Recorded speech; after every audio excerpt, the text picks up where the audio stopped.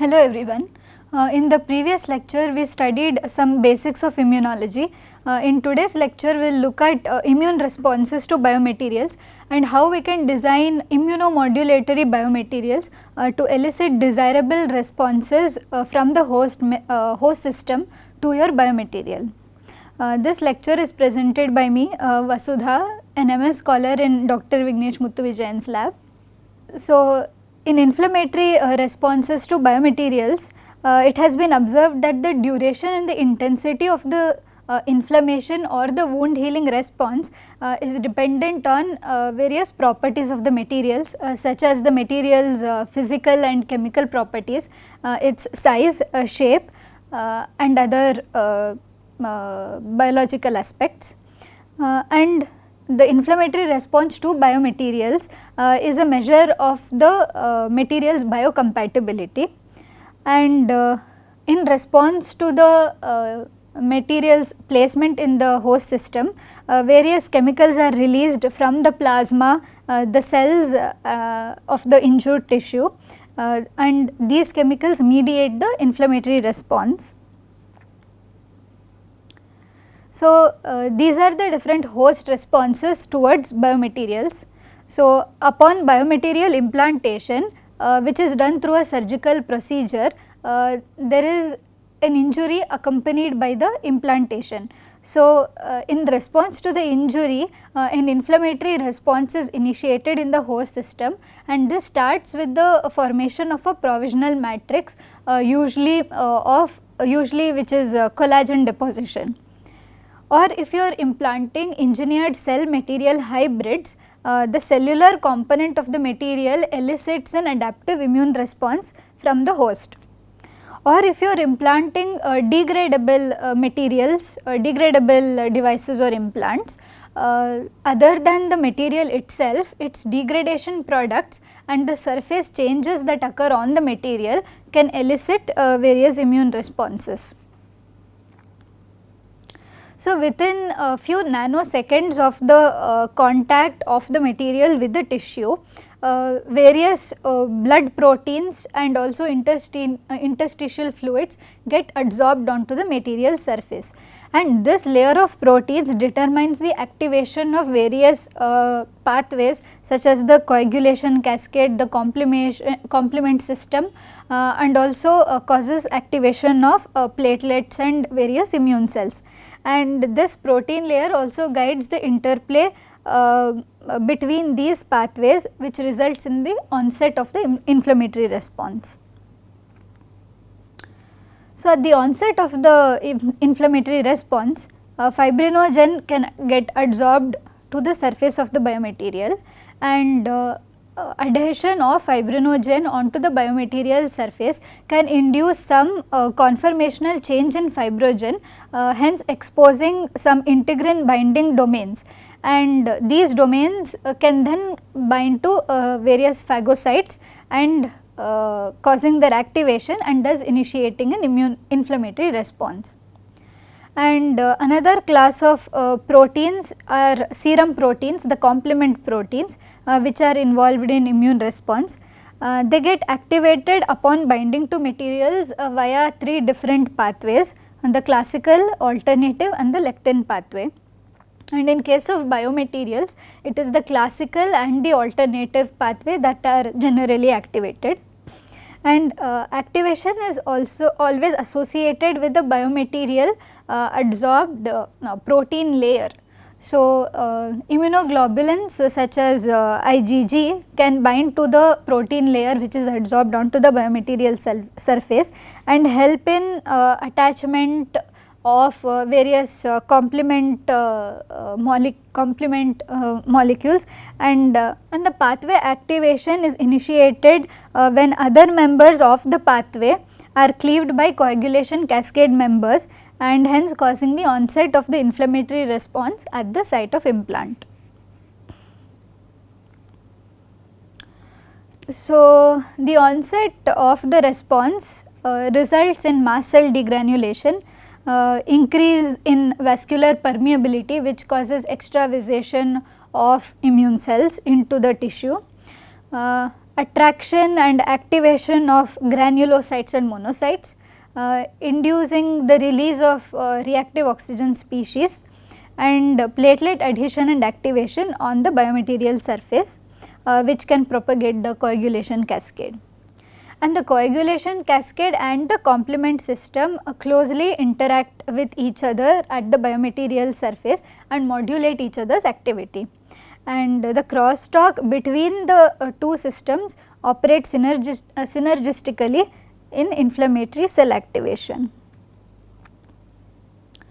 Also, ECM adhesion proteins such as fibronectin and vitronectin can attach to the biomaterial surface and are critical in regulating the inflammatory response to biomaterials.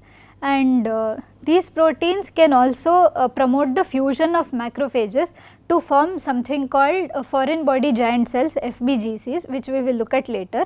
So, these ECM adhesion proteins can help in the fusion of macrophages to form FBGCs on the biomaterial surface. So, basically cell adhesion and activation at the biomaterial surface occurs via the interaction of adhesion receptors on the leukocytes, which are usually integrins, and the adsorbed proteins which are present on the biomaterial surface. And the ligands for the integrins which are present on the leukocytes on the biomaterial surface, the ligands for the integrins can be fibrinogen, factor 10, or the ECM components such as fibronectin and vitronectin.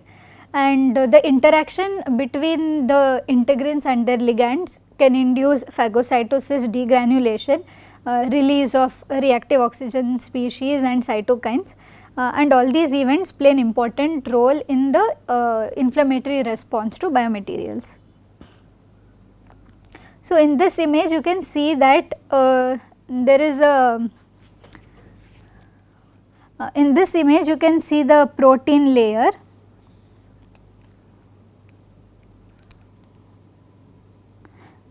In this image you can see the protein layer to which molecules, blood proteins such as fibrinogen or ECM components such as fibronectin, vitronectin can attach. And here you can see the different systems, the coagulation system, the complement system.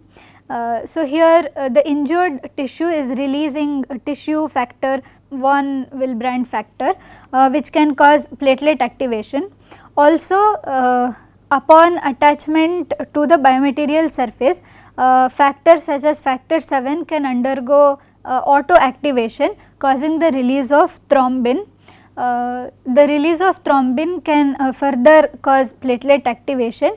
This can cause clot formation, and platelet activation, as you can see, can also cause polymorphonuclear leukocyte and monocyte priming. And in the complement system, here you can see that cleaved components of complement system such as C3b can directly attach to the biomaterial surface, or components such as C1q, they bind to the IgG molecules, immunoglobulins, which can be attached to the biomaterial surface. And whether the complements are being activated by the classical or alternative pathway, they all converge at C3 convertase, which can then release anaphylatoxins such as C5a and C3a, which can cause PMN and monocyte priming.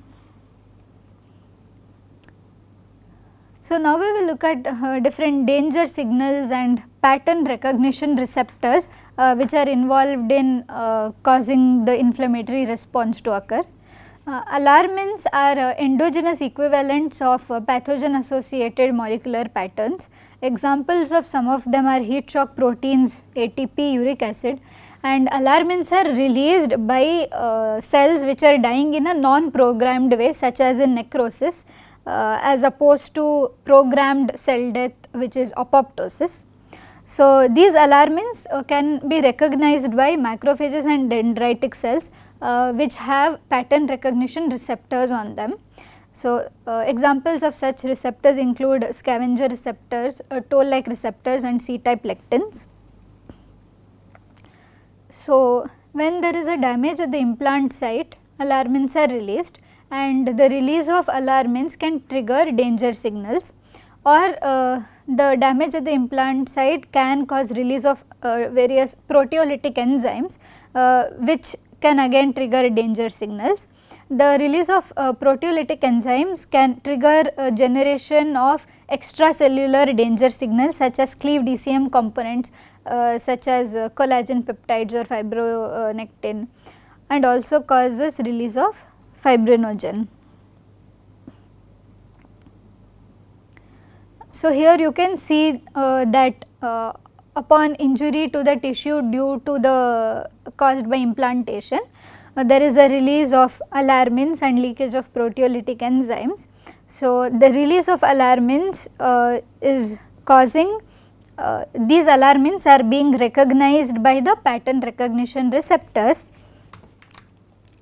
So, these alarmins are being recognized by the pattern recognition receptors which are present on the polymorphonuclear leukocytes causing their activation, and the leakage of proteolytic enzymes also causes the generation of alarmins which can be fibrinogen or cleaved ECM components, and these cleaved ECM components can also get adsorbed onto the protein layer on the biomaterial which can cause further immune reactions. Also, as we saw previously, other than dendritic cells and macrophages, polymorphonuclear leukocytes can engage with the protein coated biomaterial surface, and they can trigger phagocytic response and degranulation. These are what we define as granular leukocytes. So, here you can see that when there is a damage at the implant site, chemoattractants are released by host cells such as activated platelets or endothelial cells, and this causes recruitment of polymorphonuclear leukocytes, and the PRRs, that is the pattern recognition receptors present on the PMNs, will interact with the integrins present on the cells, and this causes phagocytic response and degranulation. PMNs can secrete various proteolytic enzymes and reactive oxygen species, and these are highly destructive agents and can corrode material surfaces, and this has been seen in the case of polyurethane, and they can also damage the surrounding tissue, hence prolonging the inflammatory response. They also cause metabolic exhaustion and depletion of the granulocytes' oxidative resources.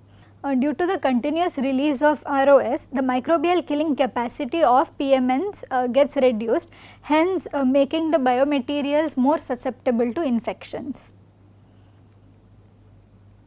PMNs are also a significant source of immunoregulatory signals such as interleukin 8, as you can see here, and autocrine attraction by interleukin 8 has been shown to prolong the presence of granulocytes within chitosan materials.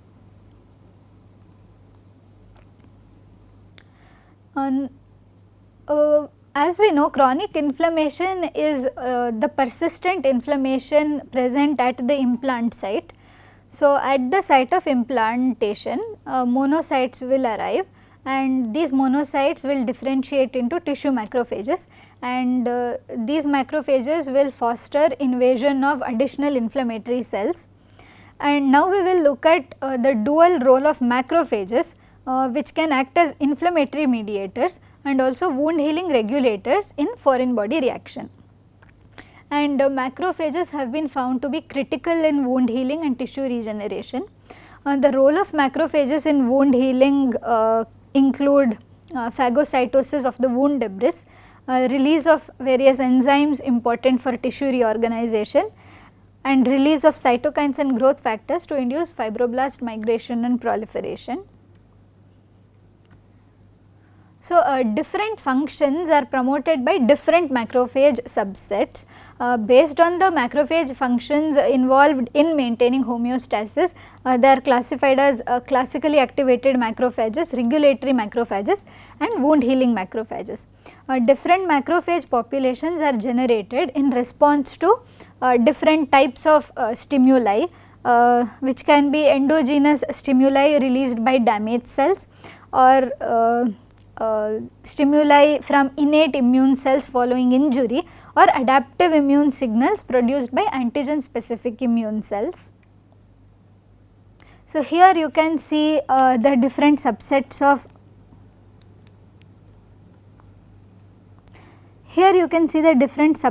of macrophages, the wound healing, the regulatory and the classically activated macrophages. So, therefore, macrophages are a heterogeneous population of cells with different phenotypic profiles. So, we can make use of we can design immunomodulatory biomaterials that can activate a particular phenotypic profile of macrophages. So, now we will look at foreign body giant cell formation by macrophages. So, macrophages that attach to a foreign material show a classically activated phenotype, where you can see like heightened phagocytic activity and release of inflammatory cytokines. Usually like single macrophages can phagocytose a foreign material of about 5 micrometers in size. So, if the particle size is larger than that, then the macrophages attempt to coalesce to form FBGCs, that is the foreign body giant cells. And as you can also see in the figure, interleukin 4 and interleukin 13 help in the fusion of macrophages to form FBGCs, and properties of the biomaterial surface are important for FBGC formation. And the proteins, the protein layer which is adsorbed on the biomaterial surface causes the fusion of macrophages to FBGCs. So, if the FBGCs do not succeed in phagocytosing the foreign material, they remain at the biomaterial tissue interface. So, and then over time they display reduced phagocytic activity and enhanced degradative capacity, and in an attempt to resorb the material which it was not able to phagocytose, the FBGCs will secrete proton, enzymes and reactive oxygen species. Okay. Another class of enzymes are matrix metalloproteinases. They are macrophage derived proteolytic enzymes. So, they can be collagenases or gelatinases. MMP8, MMP13 here are collagenases, MMP2, MMP9 are gelatinases. MMP9 is a key enzyme involved in has been shown to be involved in degradation of collagen implants with combined action of other gelatinases and collagenases, and increased levels of MMP9 is indicative of inflammation and poor wound healing. So, here we are looking at the fusion induced macrophage phenotype switch. So, upon fusion of macrophage to form FBGCs, it undergoes a change from the classical to alternative activation state, and here as we saw before, interleukin 4 and interleukin 13 help in the fusion, they induce the fusion of macrophages, and after biomaterial recognition the macrophage releases various cytokines such as these are the various cytokines that are released, and this causes the phenotypic switch. At the site of implantation, FBGCs produce anti-inflammatory cytokines also, such as interleukin 10 and interleukin 1 RA. This immunosuppressive activity is counter-regulated by proteolytic and pro-oxidant microenvironment, which is caused due to the release of reactive oxygen species and degradative enzymes. So, the formation of the FBGCs, the foreign body giant cell, releases pro-fibrotic factors such as transforming growth factor beta and platelet derived growth factor in response to interleukin 4, and this causes the activation of fibroblasts, and activation of fibroblasts causes excessive collagen deposition causing fibrosis.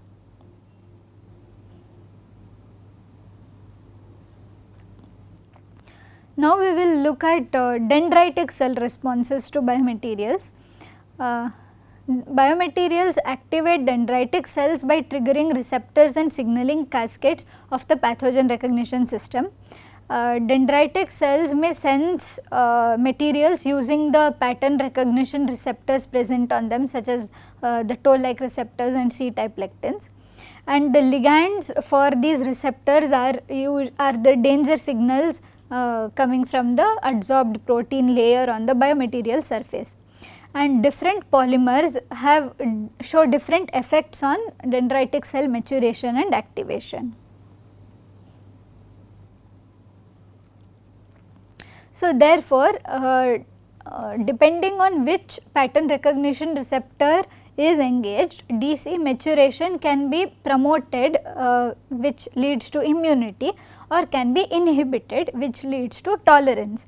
So, immunogenic dendritic cells prolong the immune response to biomaterials and delay wound healing, and tolerogenic dendritic cells downregulate the immune cells and resolve inflammation. So, what we can do here is, if we are able to induce the tolerogenic dendritic cells at the implant site, then we can limit the immune response and promote wound healing and integration of the biomaterial into the host. So, now we look at T lymphocytes and their responses to biomaterials.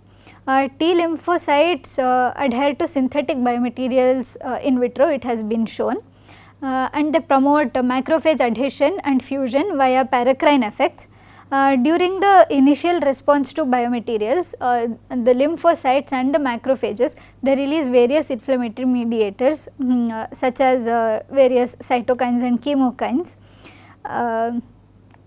The release of interleukin 1 beta and tumor necrotic factor alpha decline over time, and they release tissue inhibitor of MMPs, that is TIMP1 and TIMP2, which are mediators for ECM remodeling and wound healing.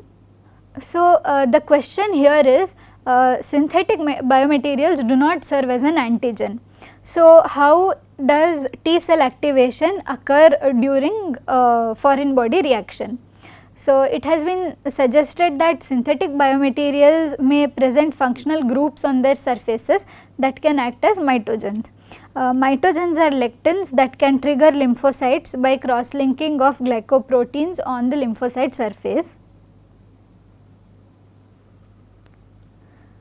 So, what are the implications? So, a key for long term survival and function of biomaterials is to reduce the detrimental immune response to biomaterials. So, how do we avoid or control such responses? So, this for that a start would be to understand the complex reactions that occur between the host and the material, and so that we can design immunomodulating materials which can elicit desirable responses from the host system.